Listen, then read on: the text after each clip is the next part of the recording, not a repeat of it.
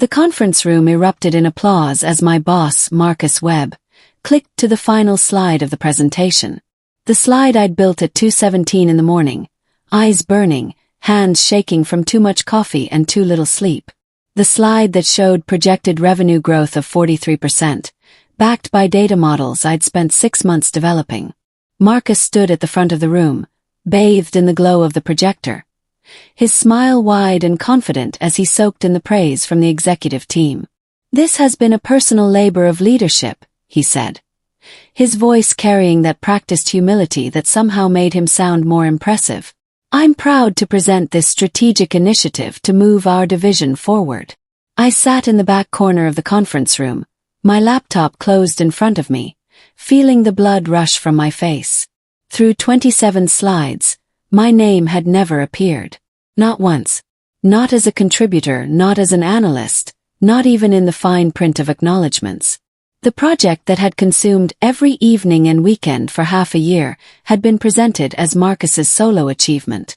When the clapping finally faded and executives began filing out, shaking Marcus's hand and congratulating him on his vision, he glanced at me once. Just once. His eyes were cold, calculating. "Lauren," he said quietly, "stay back after." My stomach dropped. I'd worked for Marcus Webb for 3 years, and I knew that tone. It was the same tone he'd used when he eliminated 2 other team members last quarter, the same tone that preceded restructuring announcements and sudden departures. The last executive left the room, and suddenly the space felt smaller, more hostile. Marcus closed the door behind them but left the blinds open, a calculated move that made this look casual to anyone passing by while keeping me trapped. He walked back to the conference table and slid a thin folder across the polished surface toward me. "Effective immediately, your role is being eliminated." The words were practiced, emotionless. He might as well have been reading from a script. "Same-day termination. HR will process your final paycheck. You'll need to return your badge and laptop before leaving the building." My ears started ringing. No warning. No performance review. No chance to defend myself or ask questions. Just elimination, hours after he'd stolen 6 months of my work and presented it as his own triumph. I nodded anyway because what else could I do? My hands gripped the edge of the chair so hard my knuckles ached, turning white with pressure. I didn't trust my voice not to break, so I stayed silent. Marcus shuffled some papers, not looking at me. "I appreciate your contributions to the team. I'm sure you'll land on your feet." He stood, already done with me, already moving on to whatever came next in his day. Probably more congratulations, more praise for work I'd done. I stood too, my legs somehow steady despite everything shaking inside me. I walked out of that conference room while my project, my work, my data, my analysis, lived on under his name. I didn't say anything out loud. Not in the conference room, not in the elevator, not in the long walk past my coworkers' desks toward the exit. I thought it over and over though, like a mantra I couldn't stop repeating. He fired me the same day he stole my work. The same day. The elevator doors closed, and my reflection stared back at me from the polished metal, a stranger with hollow eyes and a face drained of color. Around my neck hung the Northvale Consulting Group badge I'd worn for 7 years, the lanyard feeling suddenly heavy, like an anchor pulling me down. I reached up and unclipped it, holding the small piece of plastic that had represented my identity, my purpose, my career. My hands finally started shaking for real, tremors I couldn't control anymore now that no one was watching. The elevator descended in silence, carrying me away from the life I'd built, from the career I'd invested in, from the work that would continue to exist without my name attached to it. When the doors opened on the ground floor, I stepped out into the lobby, and for just a moment I stood there completely still. Former colleagues passed by, barely glancing at me. Some knew what had happened. Most didn't care. I was already becoming invisible, already erased from the story Marcus had rewritten. My name is Lauren Hayes, and until that moment, I'd been a senior analyst at Northvale Consulting Group. 7 years I'd given to that company. 7 years of late nights and early mornings, of cancelled plans and missed birthdays, of pouring everything I had into work I genuinely loved. I'd been reliable, consistently dependable, the person who delivered what was promised, when it was promised, exactly as specified. I wasn't the loudest voice in meetings. I didn't play office politics or network aggressively. I just did excellent work and assumed that excellence would speak for itself. But I'd learned the hard way, in the most painful public way possible, that delivery doesn't protect you when ambition decides you're expendable. Marcus had been my manager for 3 of those 7 years. In the beginning, he'd seemed reasonable, even supportive. He'd praised my analysis, forwarded my reports with compliments to higher-ups, included me in strategic planning meetings. But something had shifted about 6 months ago, right around the time the executive team announced they were looking for someone to lead a major new initiative. Marcus had volunteered to take on the project, and he'd assigned me to do the actual work. I'd been naive enough to think we were collaborating, that I'd be recognized for my contributions, that good work would be rewarded with good outcomes. Instead, I'd just been fired and he was being celebrated. I'd been erased from my own work. The first red flag had appeared about 6 weeks earlier, though I hadn't fully recognized it at the time. I'd sent Marcus an email with my preliminary findings on market segmentation analysis, including detailed charts and projections. He'd forwarded it to the executive team, but when I saw the forwarded version, my name wasn't attached. The email simply read, "Preliminary analysis shows strong potential. We'll have full report next week." Not Lauren's preliminary analysis. Not my team's findings. Just analysis that appeared to materialize out of thin air, as if the work had no author. Then drafts of my report started coming back with Marcus's name in the header. My original formatting changed just enough to look different, my phrasing tweaked but my ideas and data completely intact. He'd rewrite my executive summaries, making them sound slightly more confident, slightly more authoritative, and then present them as if he'd done the underlying analysis himself. Meeting invites I expected to receive simply never appeared in my calendar. I'd hear about important planning sessions after they'd already happened, my contributions discussed and decided without me in the room. First, I thought it was oversight, miscommunication, the chaos of a busy project with a tight timeline. But I'm not stupid and I'm not naive. At least not as naive as I'd been before. I started paying closer attention. And I started documenting everything. One afternoon, 3 weeks before the presentation, I sat alone at my desk after everyone else had gone home. The office was quiet except for the hum of computers and the distant sound of a cleaning crew vacuuming somewhere on another floor.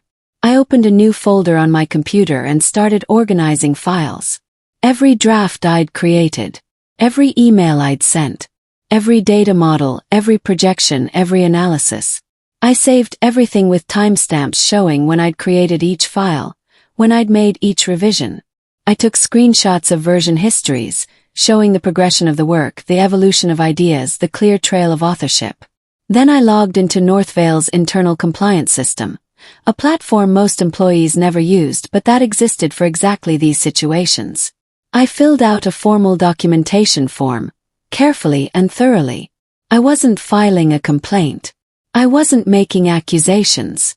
I was simply creating an official internal record of my authorship, of my work on the project, of the timeline and evidence. The form asked for supporting documentation, so I attached everything. File names, timestamps, email threads, meeting notes. All of it organized chronologically, clearly labeled, easy to verify. Took 15 minutes to complete and submit. When I hit the final submit button, I sat back and stared at the confirmation message. I remember thinking I'd probably never need this documentation, that I was being paranoid, that Marcus wouldn't actually try to take full credit. But some instinct, some small voice in the back of my mind, told me to prepare anyway, just in case. Walking out of Northvale that day felt surreal. Security had been called to escort me. Standard procedure for same-day terminations, they said, as if that made it less humiliating. A young guard I'd smiled at every morning for years now avoided my eyes as he walked me through the building. We passed co-workers who pretended not to notice. Some stared at their computer screens with unusual intensity. Others suddenly became very interested in their phones.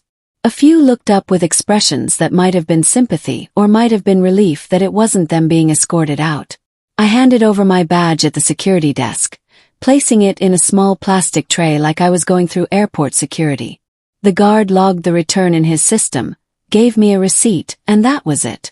7 years of access, of belonging, of identity, gone. In the parking lot, I sat in my car with the door closed and the windows up, and I screamed. Not words, just sound.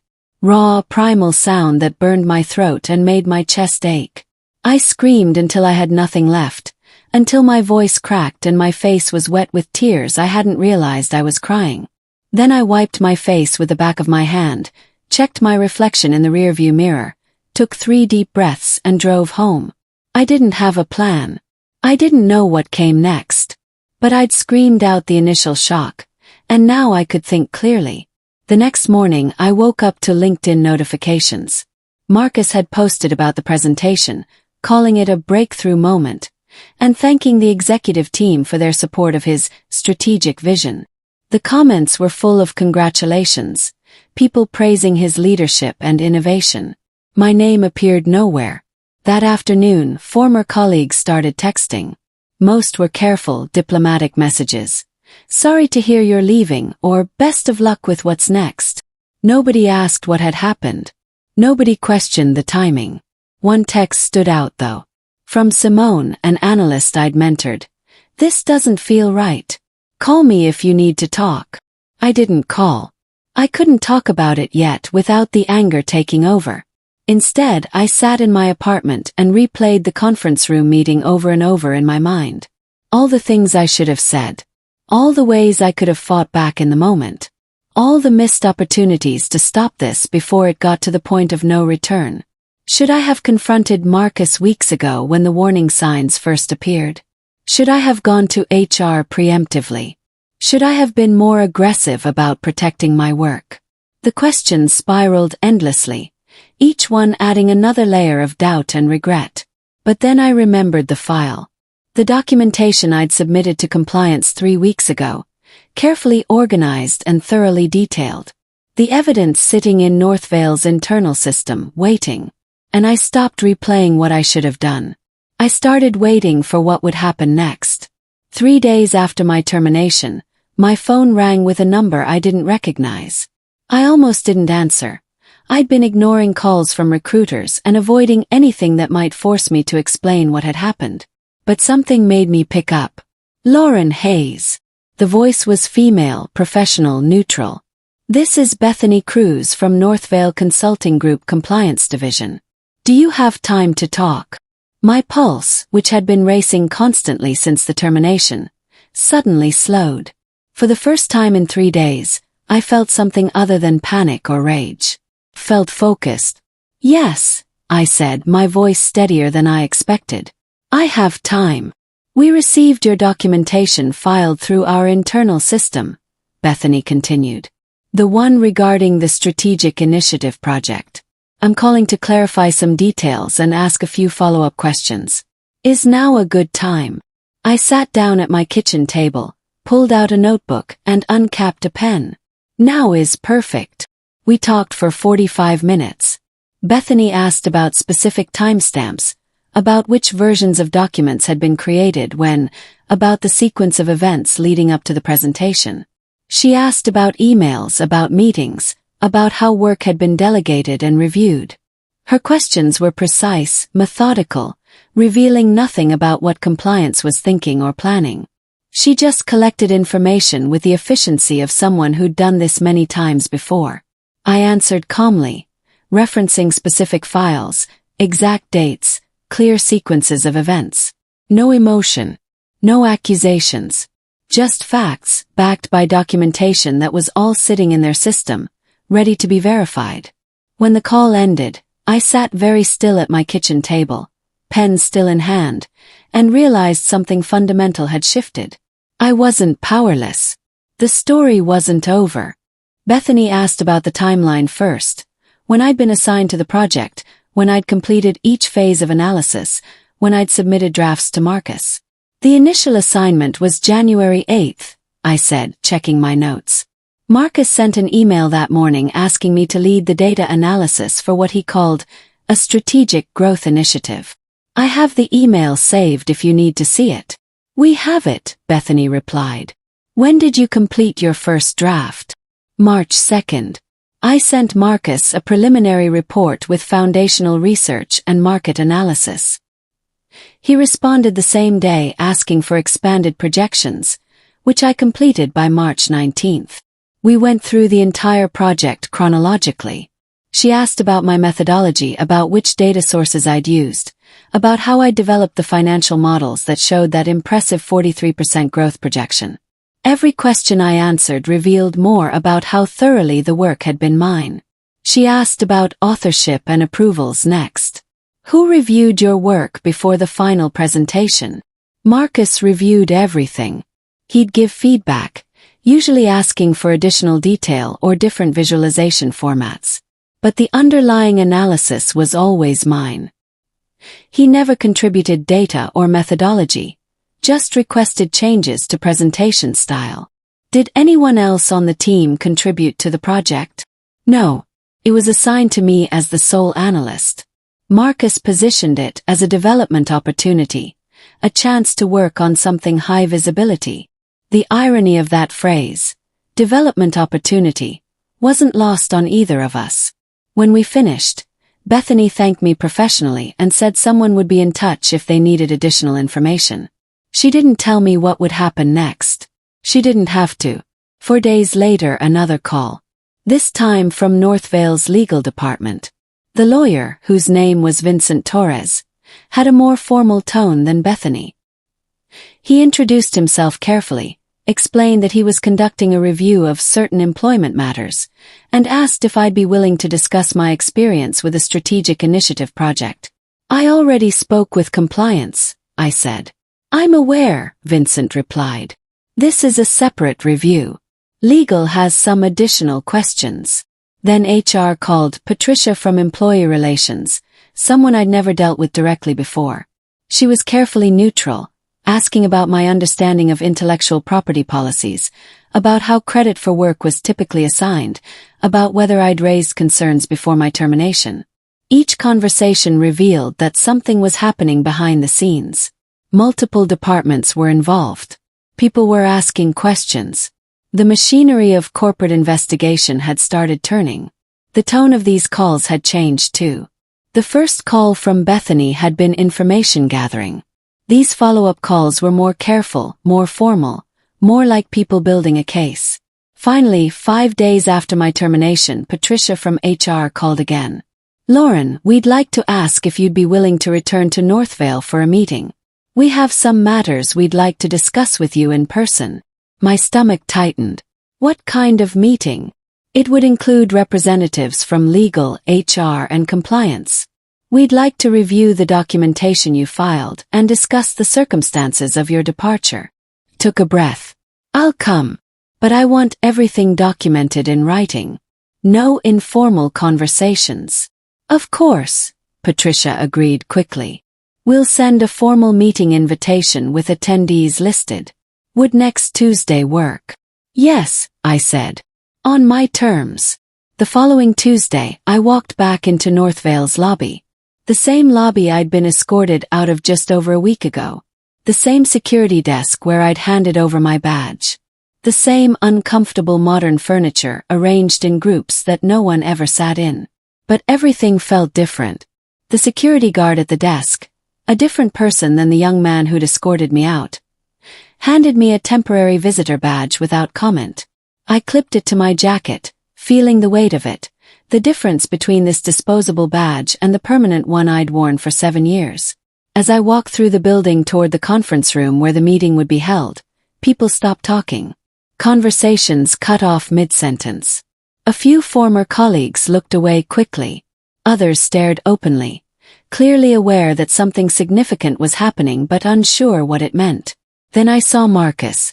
He was standing near the elevator bank, talking to someone from the executive team. When he noticed me, his smile disappeared.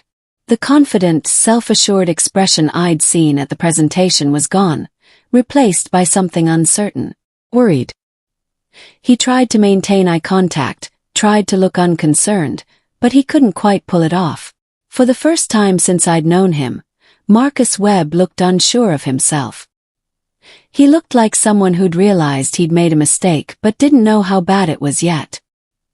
He wouldn't meet my eyes for more than a second before looking away. I walked past him without acknowledgement, head up, stride steady, and entered the conference room where legal, HR, and compliance were waiting.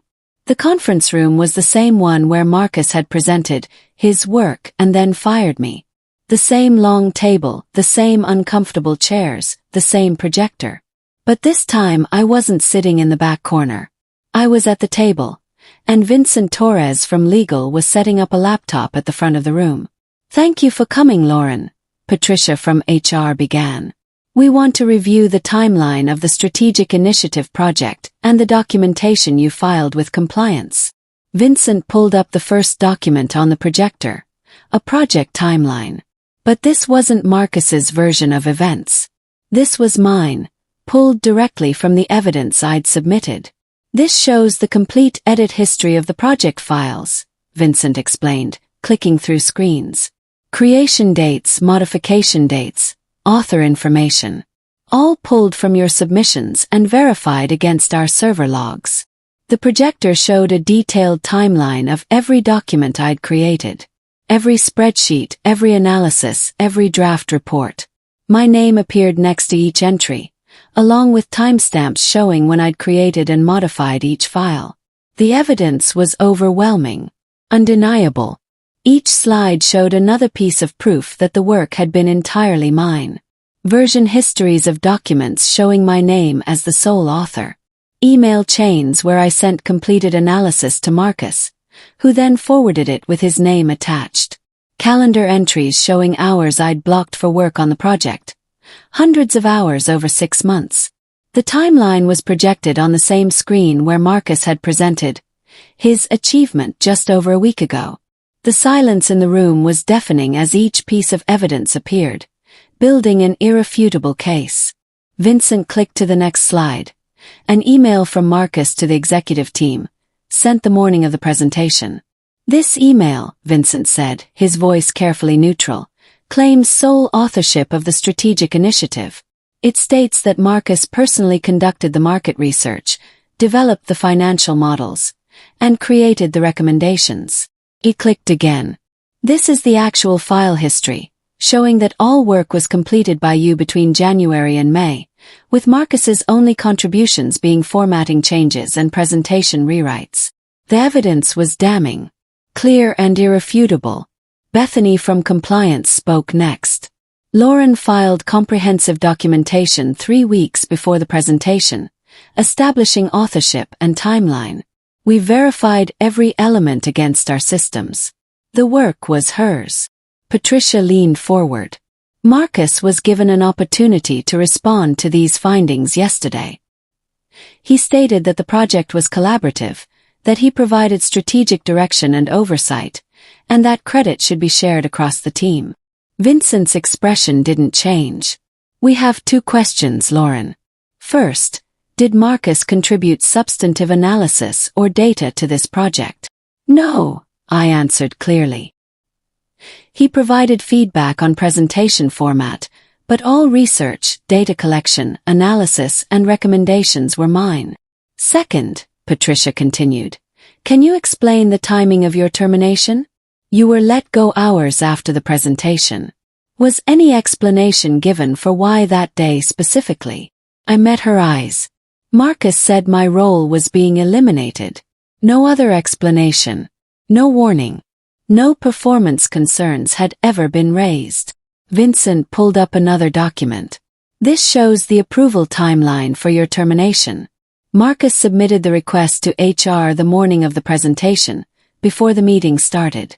The termination was processed while he was still presenting the work you'd done. The implications hung in the air, heavy and obvious. Marcus had planned this. He'd known he was going to fire me the same day he presented my work as his own. He'd eliminated the one person who could contradict his claims to authorship, Who could prove the work was actually hers? Vincent clicked to another slide. Marcus claims the project was collaborative. If that's true, why was your termination processed the same day as the presentation? The question was rhetorical, but Patricia answered it anyway. The timeline suggests an intent to remove Lauren before she could dispute the authorship claims. Bethany added, "Our preliminary investigation indicates this may not have been an isolated incident. We're reviewing other projects Marcus has claimed as his sole work." I watched the story Marcus had told, the narrative of his breakthrough leadership, his strategic vision, his personal achievement, unravel thread by thread. Every piece of evidence contradicted his version. Every timestamp, every file history, every email chain showed the same truth. The work was mine and he'd stolen it. Marcus has been placed on administrative leave pending the completion of this investigation, Patricia said, looking directly at me. He's not permitted on Northvale property or to contact any current employees during this period. I felt something loosen in my chest. Not victory, not yet, but vindication. The truth was speaking and people were finally listening. Vincent closed his laptop. "We'll be in touch within the week with next steps. Thank you for your cooperation, Lauren." I stood, gathered my things, and walked out of that conference room feeling lighter than I had in weeks. But I wasn't finished yet. This was just the beginning. The days after that meeting passed slowly. I'd wake up each morning expecting news, some updates, some resolution. But corporate investigations move at their own pace, grinding through procedures and protocols with bureaucratic patience. I got occasional calls from recruiters. My LinkedIn inbox filled with messages from connections who'd heard vague rumors about what happened. Former colleagues reached out with careful questions, testing whether I'd talk, whether I'd break my silence. I stayed quiet. Not because I was scared or uncertain, but because I'd learned something important. Sometimes the most powerful thing you can do is let the process do its work. Don't interfere, don't push, don't try to control the outcome. Just let the facts speak for themselves. A week after the meeting, Simone texted me. "Whatever you did, people are talking. Marcus hasn't been seen in days. His office is empty." I didn't respond, but I saved the message. Then my former teammates started reaching out one by one with their own stories. Projects where their work had been presented as Marcus's. Analysis they'd done that he'd claimed credit for. Ideas they'd suggested that had mysteriously become his strategic insights in meetings with executives. I'd thought I was the only one. I'd thought this was an isolated incident, a one-time betrayal. But the more people talked, the more a pattern emerged. Marcus had been doing this for years. Taking credit, erasing contributors, building his reputation on other people's work. And I'd been the one who finally documented it thoroughly enough to prove it. 2 weeks after my termination, Patricia from HR called with what she described as a resolution proposal. She sent over a formal severance package. Not the bare minimum I'd received before, but something expanded, detailed, and carefully negotiated by Northvale's legal team. The package included 8 months of salary, continued health benefits for a year, and most importantly, a formal written acknowledgement of my contributions to the Strategic Initiative project. My authorship would be documented in company records. A neutral reference would be provided. Actually neutral, not the coded negative reference that role elimination usually implied. The settlement agreement included confidentiality clauses, but they were more balanced than typical corporate agreements. I could discuss my work and my experience, just not specific details of the investigation or settlement terms. I read the document twice, carefully examining every clause, every provision, every piece of language that might contain hidden implications. It was fair. More than fair, actually. It was Northvale trying to make things right in the only way corporations know how, with money and documentation. But before I signed, I needed to know one more thing. "Patricia," I said on our follow-up call, "what happens to Marcus?" She was quiet for a moment. "I can't discuss personnel matters regarding other employees. But I can tell you that our investigation uncovered additional concerns beyond your case." "Additional concerns," I repeated. "Yes. Your documentation led us to review other projects and situations. We found a pattern of behavior that violated company policies regarding intellectual property and employee conduct. Pause. You weren't the first, Lauren. You were just the one who documented everything thoroughly enough to trigger a formal investigation. Other people came forward. I asked, though I already knew the answer from the texts I'd received. Once we started asking questions, yes, Patricia confirmed. Several employees shared similar experiences. Work presented as someone else's. Credit reassigned without explanation. In some cases, contributors were transferred or let go shortly after completing projects. The pattern was clear now. Marcus had built his career not on his own work, but on systematically taking credit for other people's achievements. He'd been smart about it, careful, selecting targets who wouldn't push back. Quiet employees. Reliable workers who didn't play politics. People like me, who assumed that good work would speak for itself. But he'd made one critical mistake. He'd done it to me right after I'd documented everything. Our investigation is complete, Patricia continued. Marcus's employment has been terminated for violation of intellectual property policies and unethical conduct. The termination is effective immediately and will be noted as for cause in his personnel file. His administrative leave had become permanent termination. The promotion he'd been positioning himself for had evaporated. The reputation he'd built on stolen work was destroyed. The strategic initiative project has been pulled from active consideration, Patricia added. We're reviewing the work and will decide separately how to proceed with the recommendations, but executive leadership felt it was compromised by the circumstances. So the presentation that had earned him a standing ovation, the breakthrough moment he'd posted about on LinkedIn, was being quietly buried. The accomplishment he'd stolen from me was now worthless to him, and his reputation was in ruins. None of this brought me satisfaction exactly, but it felt like justice. 3 weeks after my termination, I returned to Northvale one final time. Not for another investigation meeting or legal discussion. Just to sign the settlement paperwork and formally close this chapter. The building looked the same. The lobby, the security desk, the uncomfortable furniture. But I felt completely different walking through it. Not like someone being escorted out in disgrace, but like someone who'd fought back and won. Patricia met me in a small conference room.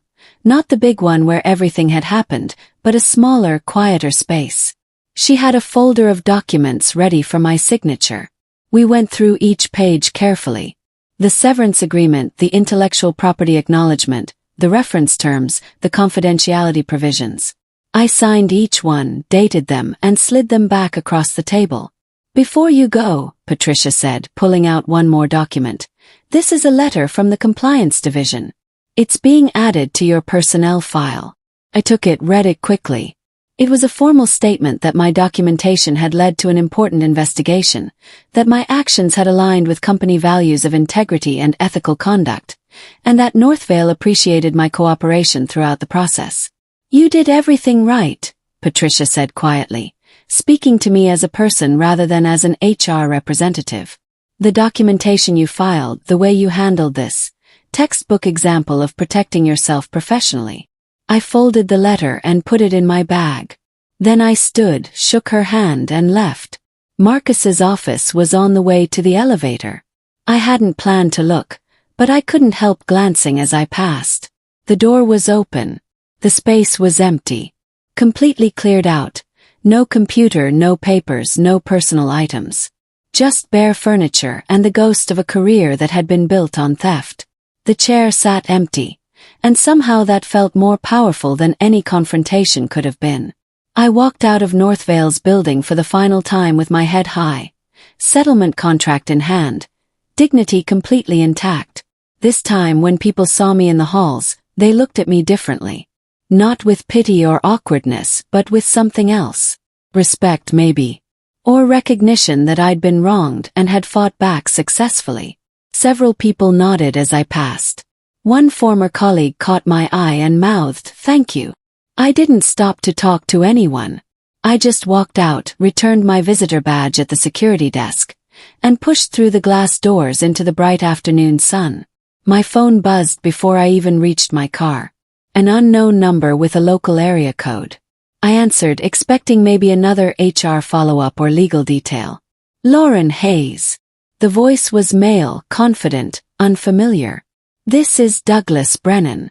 I'm the managing partner at Silverton Consulting. I heard about what happened at Northvale, and I'd like to talk with you about joining our team. I stopped walking. How did you hear about it? Industry's smaller than you think. Word gets around when someone takes a stand like you did. Especially when they have the documentation to back it up. He paused. We're looking for a director of strategic analysis. Higher title than you had at Northvale, better compensation, full ownership of your work. Your name on everything you create. I'd like to meet and discuss details if you're interested. I leaned against my car, processing this. Send me the details, I said. I'd like to learn more. I'll send over information today. And Lauren? Yes. We don't just want you for your skills. We want you because you know how to protect your work and your integrity. That matters to us. I met with Douglas Brennan and the Silverton leadership team twice over the following week. They showed me their project structure, their attribution policies, their intellectual property protections. Everything they described was designed to prevent exactly what had happened at Northvale. We learned the hard way, Douglas explained during our second meeting, that you can't build a consulting firm on stolen work. Catches up eventually. So we built systems to ensure proper attribution and credit. The role they offered was significant. Director of Strategic Analysis, leading a team of 4 analysts, working on high-visibility projects with explicit name attribution requirements. The compensation was 30% higher than what I'd made at Northvale. But more important than the money or the title was the culture they described. A culture that valued documentation, that required transparency, that made it impossible for one person to claim another's work. We've been following your situation, Douglas admitted. Not because we were waiting to poach you, but because it's exactly the kind of problem we've worked hard to prevent here. When your name came up through our network, we knew we wanted to talk. I accepted their offer that afternoon. The contract was fair, comprehensive, and included specific provisions about work ownership and credit that went far beyond standard employment agreements. 3 weeks after being fired from Northvale, I had a new job. Better job. One that wouldn't just use my work, it would respect it. My first day at Silverton was nothing like my first day at Northvale had been 7 years earlier. This time, I wasn't just another analyst finding a desk and learning systems. I was a director being introduced to the team, welcomed into leadership meetings, given real authority and recognition from day one. Douglas gathered the analysis team and introduced me formally. Lauren Hayes joins us as Director of Strategic Analysis. She brings expertise in market research, financial modeling, and strategic planning. She also brings something else, a commitment to ethical work practices and proper attribution that aligns perfectly with our values. Team welcomed me warmly. No politics, no posturing, just genuine interest in working together. That afternoon, I started reviewing an existing project, not taking it over, but joining as a senior contributor. The project lead walked me through the work, showing me detailed documentation of who had contributed what, how decisions had been made, and where credit had been assigned. We're pretty serious about the documentation thing, she explained, almost apologetically. Some people think it's overkill, but it's not overkill, I interrupted. It's protection. For everyone. She smiled. Douglas said you'd understand. 2 weeks into the job, I presented my first analysis to Silverton's leadership team. Not a full project yet, just preliminary research for a client engagement. But when I put up the first slide, my name was there. Right at the top, clear and prominent. Market Analysis by Lauren Hayes, Director of Strategic Analysis. The applause when I finished felt different from that applause in Northvale's conference room. This applause was for work that was mine, presented under my name, contributing to my own career. This applause was earned. Actually earned. 3 months after my termination from Northvale, the company sent an internal memo about leadership changes in the strategic planning division. I heard about it from Simone, who forwarded me a screenshot. The memo was corporate speak at its finest. Careful language about organizational restructuring and renewed commitment to ethical standards. Marcus's name never appeared. Neither did mine. But everyone knew what it meant. Everyone understood that Marcus Webb, the rising star who'd presented that impressive strategic initiative, was gone. Fired for stealing work and lying about it. His LinkedIn profile had changed too. The post about his breakthrough moment had been deleted. His job title had been updated to consultant, with no company affiliation. Several of his former connections had disappeared, distancing themselves from someone whose reputation was now toxic. I didn't take any pleasure in his downfall. I didn't celebrate his failure or feel vindicated by his disgrace. I just felt a quiet satisfaction that the truth had been told, that the system had worked, that documentation and evidence had mattered. But I also heard from other former Northvale employees, people I barely knew who'd reached out after hearing my story. They thanked me for speaking up, for documenting everything, for proving that you could fight back against workplace theft and win. You made it easier for the rest of us, one former colleague wrote. Now people know that documentation matters, that you can fight back, that stealing work has real consequences. I saved those messages. Not because I needed validation, but because they reminded me that speaking up, even when it's scary, even when you're not sure what will happen, can change more than just your own situation. 6 months after leaving Northvale, I was thriving at Silverton. My team had completed 3 major projects, all with proper attribution and recognition. I'd been promoted to senior director, given expanded responsibilities, and asked to speak at an industry conference about strategic analysis methodology. The work was challenging, fulfilling, and entirely mine. One afternoon, Douglas stopped by my office. "Congratulations are in order," he said, showing me his phone. "Your project just won an industry recognition award. The client specifically cited your analysis as the foundation for their growth strategy.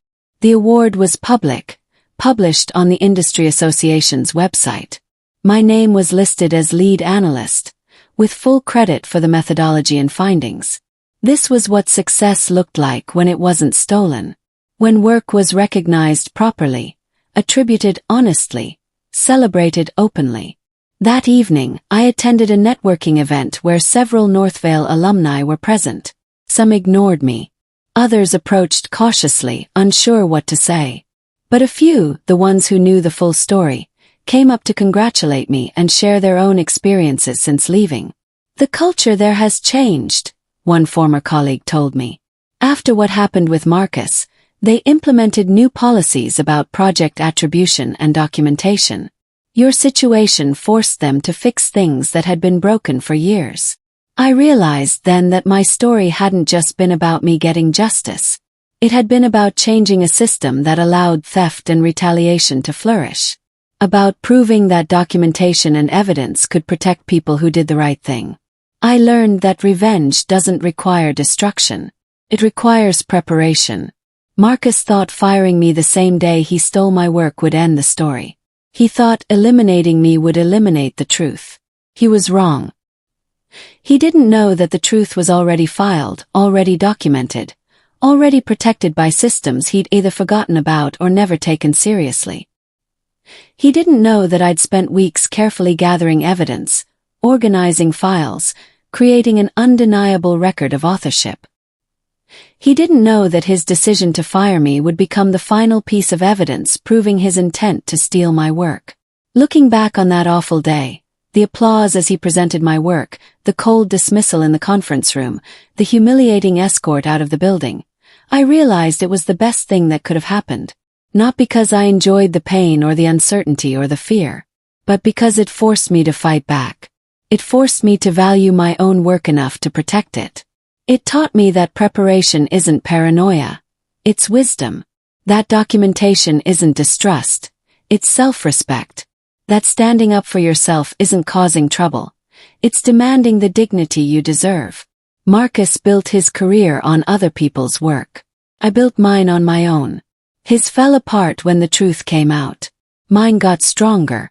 He lost everything because he never created anything real. I gained everything because I learned to protect what I created. The truth was always there, sitting in Northvale's compliance system, waiting to be discovered. I just had to be patient enough to let it speak.